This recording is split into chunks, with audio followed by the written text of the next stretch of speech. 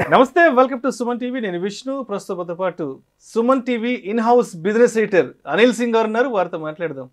Sir నమస్తే. Sir Anil Singh గారు. నమస్తే విష్ణు. సార్ ఆల్మోస్ట్ 1.5 year తర్వాత అండ్ మన కంబ్యాక్ స్టార్ట్ అవుతుంది.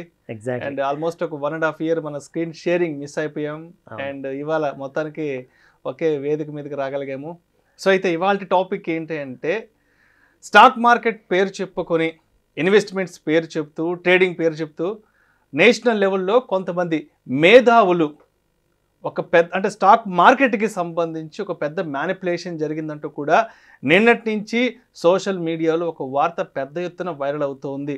కొంతమంది సిండికేట్గా ఏర్పడి కొంతమంది ఆడియన్స్ని, పబ్లిక్ని డైవర్ట్ చేశారంటూ కూడా వార్త ఒకటి పెను సంచలనంగా మారింది. ఏంటి అసలు ఎవరి సిండికేటు, స్టాక్ మార్కెట్ పేరు చెప్పి ఎటువంటి మ్యానిపులేషన్కి పాల్పడ్డారు కొంతమంది నేషనల్ మీడియా వేదికగా? గజం కేవలం 4,500 రూపాయలతో 165 గజాల భూమి కేవలం 8 లక్షలు మాత్రమే. ఇది చాలా నిజంగా చెప్తున్నాను, డిసప్పాయింటింగ్ విషయం అనమాట. ఎందుకంటే మన ఇండియన్ స్టాక్ మార్కెట్స్తో అసలు ఇది సంబంధం లేదు. ఎందుకంటే ఇది చేసింది కొంతమంది ఇండివిజువల్స్ అనమాట. అంటే ఒక వెస్టెడ్ ఇంట్రెస్ట్ అనమాట. వాళ్ళ లాభాల కోసము చూసే ప్రేక్షకుల్ని మిస్గైడ్ చేయడం అనమాట. సో లిటరల్గా ఇక్కడ చూసుకుంటే నిజంగా చెప్పాలి అంటే ఒక్క పర్సన్ ఈ కథ మొత్తం నడిపించారు. ఆ ఒక్క పర్సన్ పేరు నిర్మల్ కుమార్ సోనీ. ఎగ్జాక్ట్లీ. సో ఈయన ఏంటంటే లైక్ కిరణ్ జాధవ్, ఆశిష్ కేల్కర్, ఆయనతో పాటే సిమి భౌమిక్ అండ్ హిమాంశు గుప్తా అండ్ ముదిత్ గోయల్, వీళ్ళ 5గురు ఆ ఛానల్లో, అంటే నేషనల్ లెవెల్ ఛానల్ అది, ఆ ఛానల్లో హిందీలో మాట్లాడేవాళ్ళు, మార్కెట్ అనలిస్ట్ అనమాట వీళ్ళందరూ. అంటే ఇందులో కొంతమంది అయితే ఇన్ఫాక్ట్ అందరూ అనుకుంటాను లైక్ సెబీ రిజిస్టర్డ్ అనలిస్టులు కూడా ఉన్నారు. Oh my God. ఎస్, అంటే సర్టిఫికేట్ పొందేస్తే తప్పులు చేసే లైసెన్స్ వచ్చేసినట్టుగా ఏదైనా మాట్లాడొచ్చు. ఎగ్జాక్ట్లీ, ఏదైనా చెప్పొచ్చు, మనదే రాజ్యం, ఎవరేం చేయలేరు. ఎగ్జాక్ట్లీ. అంటే ఏదైతే మా ఆలోచనలు బయట మేము వాడుకుంటూ ఇక్కడ లోపల అందరు టీవీ ముందు అందరినీ తెలియజేస్తున్నాం కదా, జనాలందరూ చూసేసేసి పాపం మిస్గైడ్ అవుతున్నారు ఇక్కడ. సో ఇందులో ఏంటంటే ముఖ్యంగా మనం చెప్పేది, ఫస్ట్ అండ్ ఫార్మోస్ట్ ఏంటంటే ఒక వ్యవస్థని బ్యాడ్ నేమ్ తీసుకొచ్చే పని ఇది. ఎందుకంటే మన సెబీ కానివ్వండి చాలా స్ట్రిక్ట్, మన స్టాక్ మార్కెట్ కానివ్వండి చాలా నీట్ అండ్ క్లీన్ పద్ధతిలో నడిచేది, ట్రాన్స్పరెంట్ గా ఉంటుంది చాలా అండి. అసలు ఒక్క డిమాట్ అకౌంట్ ఓపెన్ చేయాలి అంటే తల ప్రాణం తోక్కొస్తుంది. అన్ని కేవైసీ నామ్స్ ఉంటాయి మన దగ్గర. సో ఆ కేవైసీ నామ్స్ ఇది మన మంచి కోసం పెట్టింది. Just not only Indian citizens కోసమే కాదు, ఎఫ్ఐఐస్ కానివ్వండి, డిఐఐస్ కానివ్వండి, ఇంకా ఎంతోమంది హెచ్ఎన్ఐ, సూపర్ హెచ్ఎన్ఐ క్లయింట్స్ ఉన్నారు. వేరే వేరే దేశాల నుంచి భారతదేశంలో పెట్టుబడి పెడుతున్నారు. అదొక నమ్మకంతో అనమాట, మన భారతదేశ ప్రభుత్వం పైన ఉన్న నమ్మకంతో. అంటే ఎక్కడైనా మిస్ఫైర్ అయిందంటే ఇలాంటి సందర్భంలో అంటే మన దేశం పేరు బయట దేశాలలో అనవసరంగా బ్యాడ్ అయిపోతుంది చాలా. ఎందుకంటే ఒక్కరో ఇద్దరో కలిసి వాళ్ళ సొంత లాభం కోసం ఇలా చేయడం అంటూ ఇది నిజంగా చాలా దౌర్భాగ్యకరం. ఎందుకంటే వీళ్ళందరికీ కూడా సెబీ చాలా మంచి పెనాల్టీస్ విధించింది, చాలా పెద్ద శిక్ష వేసింది. అదేంటంటే యాక్చువల్గా ఏం జరిగిందో ఫస్ట్ డీటెయిల్గా చెప్తా. ఫస్ట్ అండ్ ఫార్మోస్ట్ ఏంటంటే సెబీ నిర్ణయం తర్వాత 7,41,00,000 వీళ్ళందరి పైన పెనాల్టీగా విధించింది. వీళ్ళందరూ కలిసి ఖచ్చితంగా మీకు ఎలాంటి ప్రాఫిట్స్ అయితే మీరు సంపాదించారో ఇల్లీగల్ పద్ధతిలో స్టాక్ మార్కెట్ పేరు చెప్పుకుంటూ, సెబీ లైసెన్స్ తీసుకుంటూ ఎంతైతే దారుణానికి దిగజారారో అలాంటి పని చేసినందువల్ల ఫస్ట్ ఆ ప్రాఫిట్ సంపాదించిన డబ్బు ముందు పెట్టండి తీసుకొచ్చి, దాని తర్వాత వేరే పెనాల్టీస్ ఉంటాయి, వేరే శిక్షలు ఉంటాయి మీకు, అవన్నీ తర్వాత అనమాట. సో జరిగింది ఏంటంటే 2022 ఫిబ్రవరి నెలలో వీళ్ళందరితో పాటు ఈ 5గురు అనలిస్టులు ఎవరైతే ఉన్నారో వీళ్ళందరితో పాటు కలిసేసి ఈ నిర్మల్ కుమార్ సోనీ అనే అతను వీళ్ళందరితో కుమ్మక్కయ్యాడు అనమాట. ఒక డీల్ ఏర్పరచుకున్నారు. అది కూడా ఇక్కడ కాదండి, దుబాయ్కి వెళ్ళడము, అక్కడ కూర్చొని మీటింగ్లు చేసుకోవడము, క్యాష్ అమౌంట్స్ 75 లక్షల వరకు ఒక్కొక్కరు చేతిలో పెట్టడము, ఇంకా ₹1 కోటి ఇంకా వచ్చేది ఉందని చెప్పేసి సిమి భౌమిక్ గారు ఒప్పుకోవడము, ఇదంతా జరిగింది ఇన్వెస్టిగేషన్లో. అంటే వీళ్ళందరూ ఏంటంటే ఏదైతే స్టాక్ని వాళ్ళు ముందే కూర్చొని నిర్ణయించుకుంటారో అందులో కాల్ ఆప్షన్ కానివ్వండి, పుట్ ఆప్షన్ కానివ్వండి, స్టాక్ ఈక్విటీ మార్కెట్లో షేర్స్ డెలివరీ కానివ్వండి, అవన్నీ ఇంట్రాడేలో ఆర్ డెలివరీ బేసిస్లో కొనడానికి ఒక పథకం ప్రకారంగా.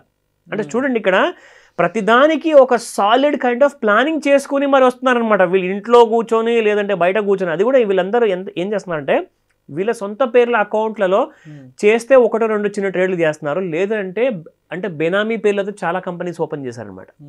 ఆ కంపెనీస్లో నుంచి వీళ్ళు ట్రేడింగ్ చేయడం అఫీషియల్గా యాజ్ అ కార్పొరేట్ బ్రోకర్గా ఆర్ యాజ్ అ కార్పొరేట్ ఇన్వెస్టర్గా ఒక డిమాట్ అకౌంట్ ఓపెన్ చేసేసి అందులో నుంచి ట్రేడ్ చేయడం అనమాట.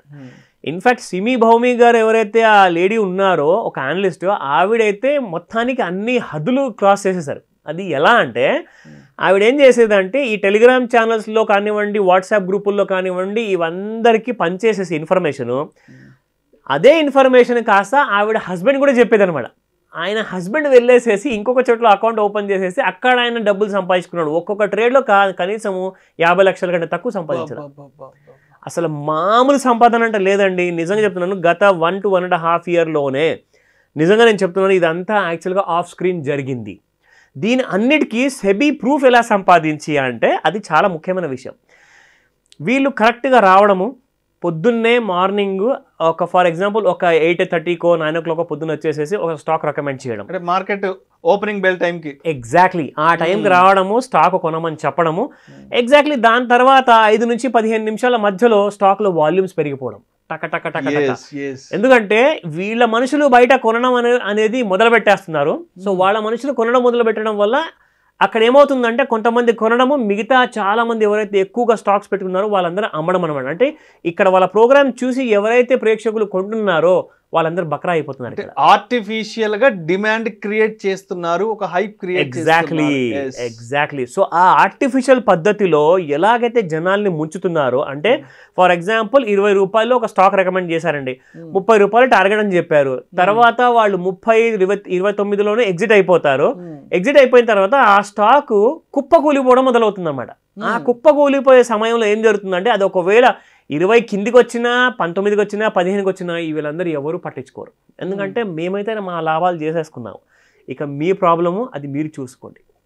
No body will be taking the responsibility. ఎందుకంటే మీరు చూశారు, మీరు కొన్నారు, రిస్క్ మీది. సో కాబట్టి మీరు ఎందుకు కొన్నారు, మిమ్మల్ని మీరే ప్రశ్నించుకోండి అన్నది వాళ్ళ బిహేవియర్ అనమాట. సో ఇందులో ఇక్కడ చూసుకుంటే ఈ కైండ్ ఆఫ్ పద్ధతిని సెబీ చాలా క్లోజ్గా మానిటర్ చేసింది. అయితే తెలిసింది ఏంటంటే సెబీకి అసలు మీరు ఈ స్టాక్ రికమెండ్ చేసే ముందు తెర వెనకాల ఏం జరిగింది, తెర వెనకాల జరిగింది ఏంటంటే వీళ్ళందరూ కూడా కనీసము ఒక వారం రోజుల నుంచి ఆ స్టాక్లో బాగా పొజిషన్ని గట్టిగా ఇన్వెస్ట్మెంట్స్ పెట్టేసేసి హెవీ పొజిషన్ తీసుకొని ఉన్నారు.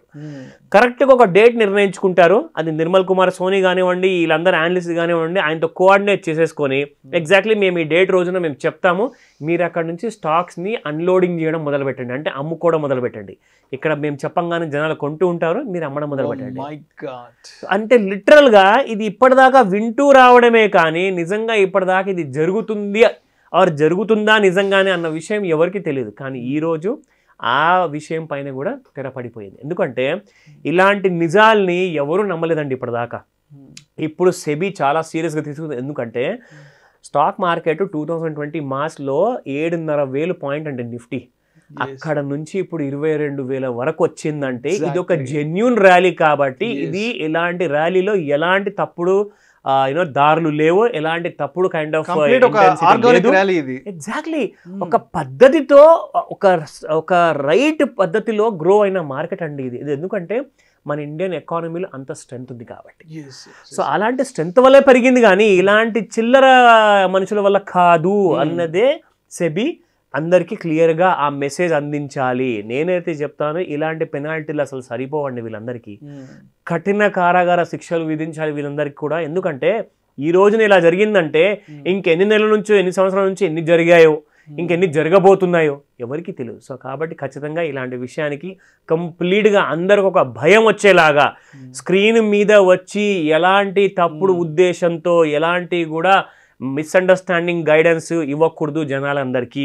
సో అలాంటి విషయాలు సెబీ ఇంకా స్ట్రిక్ట్గా విధించాలని చెప్పేసి నా కోరిక. రైట్. అంటే సార్, ఒకప్పటి వరకు మార్కెట్ గురించి పబ్లిక్ పర్సెప్షన్ ఎలా ఉండేది అంటే స్టాక్ మార్కెట్ అంటే ఒక జూదం ఉంటుంది, ఒక గ్యాంబ్లింగ్, ఒక స్పెక్యులేషన్ జరుగుతుంది అనేది అంటే ఒకప్పుడు ఉన్న పర్సెప్షన్. అవును, బట్ లక్కీగా ఏంటంటే కోవిడ్ నుంచి చాలా మంది పర్సెప్షన్ చేంజ్ అయింది. నిజం. ఎస్పెషల్లీ అంటే కోవిడ్ నుంచి ఇవాళ 13-14 కోట్ల డిమాట్ అకౌంట్స్ జస్ట్ లాస్ట్ 3.5 yearsలో క్రియేట్ అయినాయి. అంటే పబ్లిక్లో కూడా అంత మొత్తంలో ఒక అవేర్నెస్ వచ్చింది. Very true. స్టాక్ మార్కెట్ అనేది ఒక మంచి ఇన్వెస్ట్మెంట్ ఇన్స్ట్రుమెంట్ అంటూ కూడా వచ్చింది. Correct. బట్ ఇలాంటి ఒక శుభ తరుణంలో ఇలాంటి ఒక హెల్దీ అట్మాస్ఫియర్ మూవ్ ఆన్ అయ్యి ముందుకెళ్తుంది. అవును. మార్కెట్స్లో ఒక 72,000 73,000 ర్యాలీకి వెళ్తున్నాము, 22,000 ర్యాలీకి వచ్చింది నిఫ్టీ.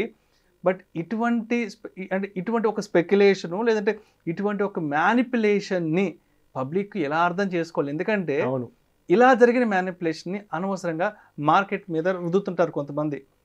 So correct. అంటే ఇది జరిగింది కొంతమంది సిండికేట్ వల్ల, ఒక Just 5-10 మంది ఒక ఇండివిజువల్స్ ఎగ్జాక్ట్లీ వాళ్ళ స్వార్థం వల్ల జరిగింది కాబట్టి. నిజం. మరి ఇది మార్కెట్ మీదకి ఏ విధంగా వెళ్ళే అవకాశం ఉంటుంది అంటారు? ఇది చాలా మంచి ప్రశ్న అడిగారు విష్ణు. ఎందుకంటే ముఖ్యంగా నేను ప్రేక్షకులు అందరినీ కోరేది ఏంటంటే, రిస్క్ అనేది ప్రతి చోట్ల ఉంటుందండి. మీరు చూడండి, వినండి, దాని తర్వాత మీ హోంవర్క్ మీరు చేసుకోండి. ఎప్పటికైనా చాలా ముఖ్యమండి. ఇప్పుడు మనము ఒక డెస్టినేషన్కి వెళ్తున్నామండి, అది బైక్లో వెళ్తున్నామా, కార్లో వెళ్తున్నామా, అది ఇంపార్టెంట్ కాదు. వెళ్ళేటప్పుడు మనం కళ్ళు, మన చెవులు అన్నీ కూడా అలర్ట్గా ఉంచుతాం. సో అలాంటప్పుడే మీరు ఇన్వెస్ట్మెంట్ టైంలో కూడా ఖచ్చితంగా మీరు అలర్ట్గా ఉండాల్సిందే. అది మన చాలా ఇంపార్టెంట్ కర్తవ్యం అనమాట. ఇక మీరు అడిగారు, ఎస్, దీనివల్ల ఎలాంటి ఇంపాక్ట్ ఉంటుంది? అసలు ఇంపాక్ట్ 0 ఉంటుందండి. ఎందుకంటే ఇదంతా జరిగింది మార్కెట్ బయట. ఎగ్జాక్ట్లీ. మనం ఆడియన్స్ కి ఆ క్లారిటీ వాళ్ళు తప్పనిసరిగా 100%. ఎందుకంటే ఇది ఒక మార్కెట్ బయట జరిగిన ఒక 5-6 కలిసేసి ఒక చిన్న మెలీషియస్ కైండ్ ఆఫ్ ఇంటెన్షన్ తో చేశారు తప్పితే మార్కెట్ మాత్రం ప్యూర్ ఎస్ గోల్డ్. ఇది ఎక్కడ దలాల్ స్ట్రీట్ లో జరిగిన ఈవెంట్ కాదు. అబ్సల్యూట్లీ నాట్ ఎట్ ఆల్ అండి. ఎందుకంటే ఇలాంటి విషయాలు బయట 1,00,000 జరగనివ్వండి, మనకు అనవసరము. కానీ market purity, market stringent rules, market strict kind of discipline అనేది ఇంతకు ముందు కూడా ఉండింది, ఇప్పుడు కూడా ఉంటుంది, ఎల్లప్పుడూ ఉంటుంది. ఈ విషయము గట్టిగా మైండ్లో పెట్టుకోండి. ఎందుకంటే ఇండియన్ గవర్నమెంట్ అంతా ఈజీగా వదిలేది కాదండి ఇలాంటి విషయాల్లో. ఇలాంటి చిన్న ఘటనలు ఏవైతే జరుగుతున్నాయో వాటిని చాలా సీరియస్గా తీసుకుంటుంది ప్రభుత్వం. సెబీ ఒక్కతే కాదు, ఎందుకంటే సెబీతో పాటు ఇక్కడ గవర్నమెంట్ కూడా చాలా సీరియస్గా ఉంది ఈ విషయంలో. ఎందుకంటే ఇలాంటి చిన్న విషయాలు అసలు ఎట్టి పరిస్థితుల్లో మళ్ళీ ఫ్యూచర్లో జరగకూడదు అన్న కైండ్ ఆఫ్ ఒక స్ట్రిక్ట్ రూల్స్ని మళ్ళీ ఫ్రేమ్ చేస్తున్నారు. ఎక్కడెక్కడ ఎలాంటి కైండ్ ఆఫ్ ఇలాంటి ఉద్దేశాలు ఉన్న వాళ్ళందరినీ కూడా ఇప్పుడు ఇక్కడ నుంచి ఇన్వెస్టిగేషన్ చేయడం కూడా మొదలుపెట్టారు. సో ఇదంతా మన మంచి కోసమే. అండ్ రాబోయే రోజులు ఇంకా మంచి కాలం రాబోతుంది. సో గట్టిగా మీ హోంవర్క్ మాత్రము ఖచ్చితంగా చేయండి. ఎందుకంటే మార్కెట్ ఈజ్ ఆల్వేస్ 100% స్ట్రిక్ట్ రూల్స్తో నడుస్తుంది కాబట్టి మార్కెట్లో హోంవర్క్ మీరు చేయకపోతే లాస్ మాత్రం ఎప్పుడు మీకే వస్తుంది. సో ఆ విషయం గ్రహించండి. ఇంకొక ముఖ్యమైన విషయం విష్ణు, ఇక్కడ ఏంటంటే ఒక అనలిస్ట్ ఎప్పుడైతే టీవీ ముందు వచ్చేసి చెప్తారో ఇక్కడ రూల్ ఏంటంటే according to the SEBI rule ఆ స్టాక్ ఏదైతే మీరు రికమెండ్ చేయబోతున్నారో any kind of a trade, అది కమాడిటీసా, ఈక్విటీసా, ఎఫ్ఎండ్ఓనా, అన్ని ఏదైనా కానివ్వండి, 30 రోజులు ముందు మీరు మీ అకౌంట్లో కానివ్వండి, మీ ఇంట్లో ఉన్న ఫ్యామిలీ మెంబర్స్ అకౌంట్లో కానివ్వండి, ఇంకా మీ దగ్గరలో ఉన్న చుట్టూతో ఫ్రెండ్స్ అకౌంట్లో కానివ్వండి, ఎవరి అకౌంట్లో కూడా అలాంటి ట్రేడ్ జరగకుండకూడదు 30 రోజుల ముందు నుంచి. అంటే మీరు ఈ రోజున ఫర్ ఎగ్జాంపుల్ అనౌన్స్మెంట్ చేయబోతున్నారంటే ఇవాటి నుంచి కరెక్ట్గా 30 రోజుల ముందు నుంచే ఆ స్టాక్లో మీ ఇంట్లో ఎవరైనా కానివ్వండి ఆ స్టాక్ కొని ఉండకూడదు. రెండోది, చెప్పిన తర్వాత నెక్స్ట్ 5 days వరకు కూడా ఈ స్టాక్లో మీరు ఎలాంటి కూడా ఇన్వెస్ట్మెంట్ చేయకూడదు. అది రూల్ అనమాట. అంటే చెప్పే ముందు 30 రోజుల ముందు, చెప్పిన తర్వాత 5 రోజులు అనమాట. సో గుర్తుపెట్టుకోండి, ఈ రూల్ని చాలా స్ట్రిక్ట్గా ప్రతి అనలిస్ట్ ఫాలో అవ్వాల్సిందే. నిజంగా చాలా అంటే సెబీకి సంబంధించి చాలా మంచి విషయాలు చెప్పారు. ఎందుకంటే మార్కెట్లో ఒక ట్రాన్స్పరెన్సీ తీసుకొచ్చేందుకు సెబీ ఈ మధ్య కాలంలో రకరకాల పాలసీస్ తీసుకొచ్చింది. అండ్ సెబీ ఎప్పుడు కూడా పబ్లిక్ వైపునే తన స్టాండ్ తీసుకుంటుంది, ఇన్వెస్టర్స్ వాళ్ళ శ్రేయస్సును కోరుకుంటుంది ఎప్పుడు. సో డెఫినెట్గా అంటే ఇప్పుడు వచ్చిన ఏదైతే ఉందో ఇది ఏమాత్రం మార్కెట్కి సంబంధించిన కాదు, మార్కెట్లో జరిగింది కాదు. బయట కొంతమంది వాళ్ళ స్వార్థం కోసం వాళ్ళ ఇండివిజువల్స్ అంటే వాళ్ళంటూ కొంతమంది సిండికేట్గా ఫామ్ అయ్యి చేసుకున్న స్కామ్ మాత్రమే. బట్ మార్కెట్ ఎప్పుడు చాలా ట్రాన్స్పరెంట్ గా ఉంటుంది, సెబీ ఎప్పుడు పబ్లిక్ వైపునే ఉంటుంది. అండ్ ఎస్ చెప్పండి సార్. ఎందుకంటే సెబీ అంత స్ట్రిక్ట్ గా ఉంది కాబట్టి ఇలాంటి తప్పుడు పనులన్నీ బయటపడ్డాయి. Yes sir. ఎగ్జాక్ట్లీ. ఎందుకంటే సెబీ అసలు ఉద్దేశం ఏంటంటే ఎట్టి పరిస్థితుల్లోనూ వాళ్ళు పెట్టిన రూల్స్ ని ఎవరు జవదాటకూడదు, ఎలాంటి రాంగ్ పద్ధతుల్లో జనాల్ని మీరు మభ్యపెట్టకూడదు, ఎలాంటి wrong indications or wrong guidance ఇవ్వకూడదు. దాని వల్లనే కదండి ఇవాళ ఎంత పెద్ద కుంభకోణం బయటపడింది. ఎందుకంటే 7.5 కోట్లు, నాట్ అ జోక్. సో అది విషయం గుర్తుపెట్టు. ఫైనల్ గా SEBI is the supreme person. 100%. So SEBI మన ఫేవర్ లో ఎప్పుడు ఉంటుంది, ప్రతి జెన్యూన్ ఇన్వెస్టర్ కి ట్రేడర్ కి ఎప్పుడు సపోర్ట్ చేస్తుంది. ఈ విషయము గట్టిగా మైండ్ లో పెట్టుకొని మార్కెట్ లో ఇన్వెస్ట్మెంట్ చేసుకోండి. Right. Thank you so much Anil Singh garu. Most welcome. So ఇవాళ నిజంగా అడిగిన వెంటనే అంటే ఆడియన్స్కి ఆడియన్స్ని ఒక ఎడ్యుకేట్ చేయడానికి, ఆడియన్స్కి ఒక అవేర్నెస్ క్రియేట్ చేయడానికి, వాళ్ళకు ఒక మంచి ఇన్ఫర్మేషన్ని పాస్ ఆన్ చేయడానికి, అండ్ ఇవాళ అండ్ మన ఇద్దరి కాంబినేషన్, మన ఇద్దరి కాంబో అండ్ ఇవాళ కంబ్యాక్ అవ్వడం జరిగింది. Thank you sir. Thank you so much sir. Most welcome Vishnu.